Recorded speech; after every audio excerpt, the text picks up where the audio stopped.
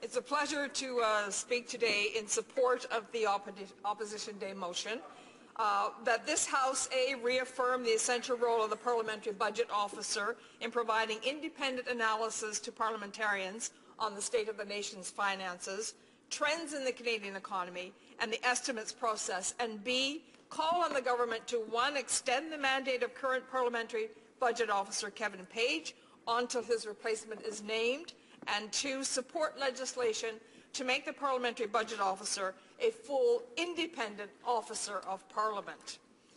Mr. Speaker, the Liberal Party supports the work of the Parliamentary Budget Officer, and I think that's well known throughout this country as we've listened to Mr. Page be responsible, take a responsible position in the position that he holds in terms of looking and being very conscientious and looking closely at the expenditures of this government. And it doesn't matter the political stripe of the government in question, Mr. Speaker. The role of the Parliamentary Budget Officer is meant to be one who examines how money is spent when you consider that it in fact is taxpayers' money.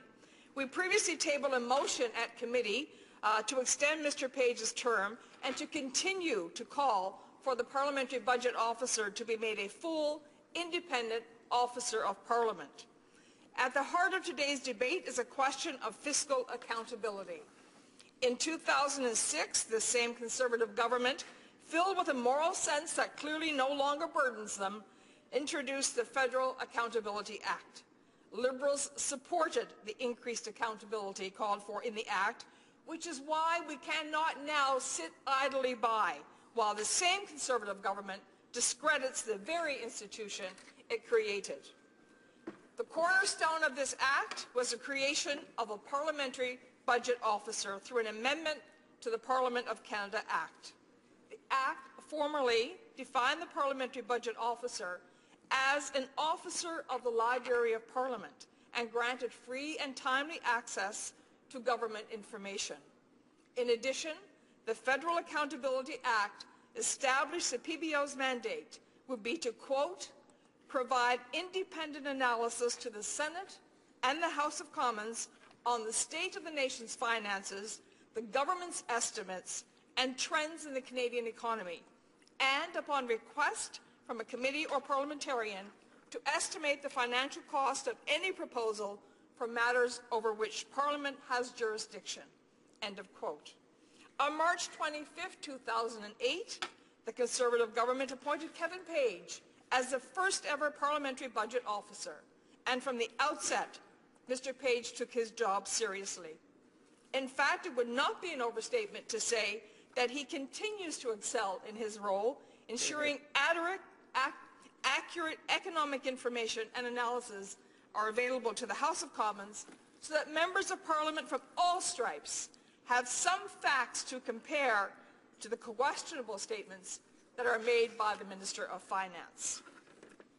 Sadly for Canadian taxpayers, after coming to the realization that the Parliamentary Budget Officer was unwilling to accept without question directions from the Prime Minister and his Finance Minister, it became clear that this government will stop at nothing to discredit the Parliamentary Budget Officer and the office itself.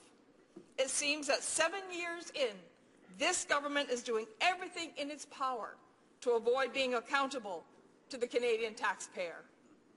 Shockingly, the Finance Minister has even attempted to reduce the importance of the role of the PBO to a, quote, sounding board for the Prime Minister's office. Worse, he accused Mr. Page of not doing his job and, quote, wandering off and going in other places. Although unbecoming of a Finance Minister of Canada, the constant attacks to the credibility of this vital parliamentary office are undeniable and inexcusable. While this Finance Minister was busy denying Canadians the right to fiscal transparency, Mr. Page was fighting an uphill battle against this Conservative government for accountability. Mr. Speaker, that is why we are concerned that as Mr. Page's remarkable service to his country comes to an end, it seems that the government is delaying finding a replacement for him. With Mr. Page's last days as the PBO fast approaching and no obvious process to hire a replacement underway, I am worried that the Conservatives are using stall tactics to silence the Parliamentary Budget Office once and for all. These types of stall tactics would, of course, not be uncharacteristic of this government. This is the same government who has often refused to share the vital information, the financial data that Mr. Page requires to do the job he is mandated to do in an effort to try to prevent the PBO from keeping Parliament informed. After the Conservatives spent the last 4 years doing nothing but attacking the personal integrity of the Parliamentary Budget Officer, it comes as no surprise that there isn't exactly a bevy of eager candidates lining up to fill his shoes, which is all the more reason why this government should have started the rehiring process months ago. According to Don Drummond, a former senior official at Finance Canada who was instrumental in hiring Mr. Page as part of the 2008 hiring panel, it will be even harder to fill the position this time, given the lawsuit the PBO is currently involved in with federal departments over documents. When the government finally puts out its hiring ad, what exactly should they list as important job requirements? Must be able to withstand daily personal attacks, or previous experience not offering professional opinions that contradict the Conservative Party of Canada ideological objectives? Mr. Page himself considers the role of the PBO to be a career ender in the public service. Furthermore, the Parliamentary Budget Officer functions under the Library of Parliament instead of being granted the full independence of other watchdogs, such as the Auditor General. And in the words of Mr. Page, in watchdog parlance, I am appointed by the person, the Prime Minister, who I am supposed to watch. I work at pleasure and can be dismissed without cause. It is completely unreasonable to expect a parliamentary watchdog to function if he or she can be fired for criticizing his or her boss. That's right. I appeal to those in the Conservative government who once favored transparency over the prime ministerial cone of silence. The vote on this motion will prove once and for all if there are any Conservatives who still champion transparency, or if their introduction of the Parliamentary Budget Officer was merely a political ploy that they never expected to function as well as it does today. It is clear that the work that Mr. Page has been doing and is continuing to do is work that they never thought that would lead to criticism of their actions. Otherwise, they would be more supportive of the Parliamentary Budget Officer, and they would accept and respect the position that he holds.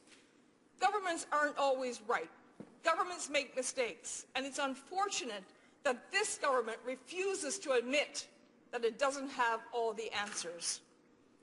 With tax season well underway, my constituents in Random Bureau and St. George's, like Canadians everywhere, Mr. Speaker, are duly reporting their hard-earned income to the Conservative government and paying their taxes. They rightfully expect the federal government, in turn, to tell them how their money is being spent. As the government that created the largest deficit in Canadian history, the Conservatives prove that they are not capable of spending taxpayers' money prudently. With a government like this, my constituents rely on the Parliamentary Budget Office for the truth, just as parliamentarians do. For example, while the Conservatives were trying to pull the wool over the eyes of Canadians with respect to the cost of the F-35 fighter jets, the Parliamentary Budget Officer was busy reporting the true costs of the purchase. Thanks in part to Mr. Page's tireless efforts on the file, Canadians knew all along that this government was not coming clean with the facts. By revealing the true costs of the Conservative government's initiatives, such as the F-35 procurement process as well as the Conservative crime agenda. It is a PBO, not this government, not this Conservative government, who has shown Canadians the real fiscal transparency and accountability. Thank you. Questions and comments. The Honourable Member for Beauport-Limoilou. Thank you very much, Mr. Speaker. I'm very pleased to see my Liberal colleagues supporting our motion. I think that they are finally becoming aware as opposed to their past turpitude.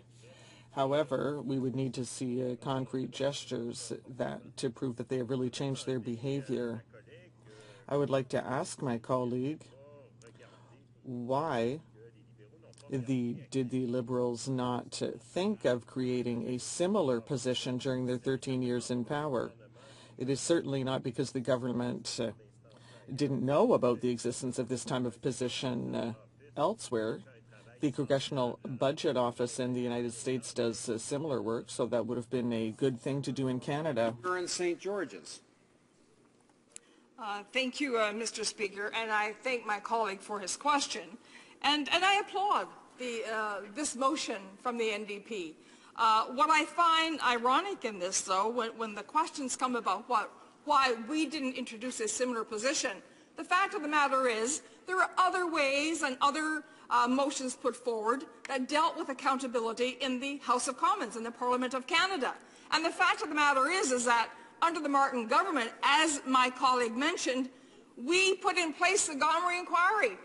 Just because we didn't put in place a parliamentary budget officer doesn't mean that we think any less of it. In fact, we're supportive of the position, as we have said time and time again. Hear, hear. Questions and comments. The Honourable Member for Essex. Thank you, Mr. Speaker. And just to correct the record, they didn't support the Federal Accountability Act, so I don't know where this newfound support comes for the office. Now, Mr. Speaker, what I haven't heard yet today from either opposition party is a cogent reason on how the system is somehow broken currently, how the parliamentary budget officer is not independent.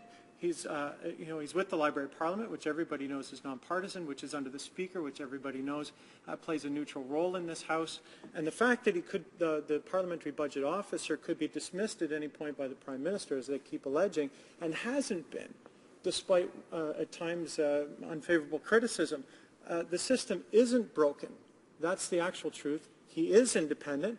He has been critical of the government. Nobody can argue that that's a lapdog of the government by any sense. We may disagree. I've heard arguments of style, how we may not agree with his opinions, but they have not put forward a cogent argument on how the system is broken and therefore needs fixing. The Honourable Member for Random Buren St. George's. Thank you, Mr. Speaker, and I again welcome the question.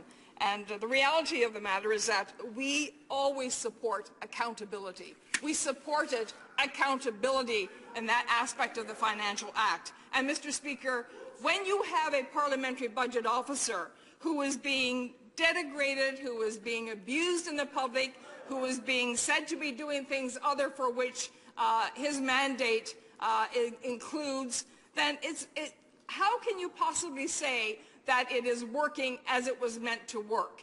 Because clearly we have an individual there now who's done his job, and when people look at how he's been treated by this government, they're going to wonder, why would anyone apply to be put in the same situation and be treated in that manner? Questions and comments. The Honourable Member for Winnipeg North. Yes, thank you, Mr. Speaker. I appreciate the comments from my colleague, and I wanted to get her just to emphasize why we believe it's important that the current parliamentary budget officer be extended, so that when the government presents the budget, that we might be in a better position to allow that parliamentary officer, Mr. Kevin Page, the opportunity to provide some feedback on that specific budget. Honourable Member for Random Buren St. George's. Thank you, Mr. Speaker, and I thank my colleague for his question. Bringing down a budget, when a government brings down a budget, you know that it involves a great deal of expenditures on behalf of the Canadian taxpayer. If we do not have the parliamentary budget officer in place, who's going to provide the oversight? Who's going to be there to answer the questions that other parliamentarians may have about the budget, about how questions Canadians may have about the budget? And right now the process has been so delayed in terms of replacing Mr. Page that there's a very real possibility that he may not be replaced before the budget is brought down. Mr. Speaker, it is absolutely imperative that Mr. Page's term be extended until after the budget if this government is not intent on filling his position prior to. Hear, hear.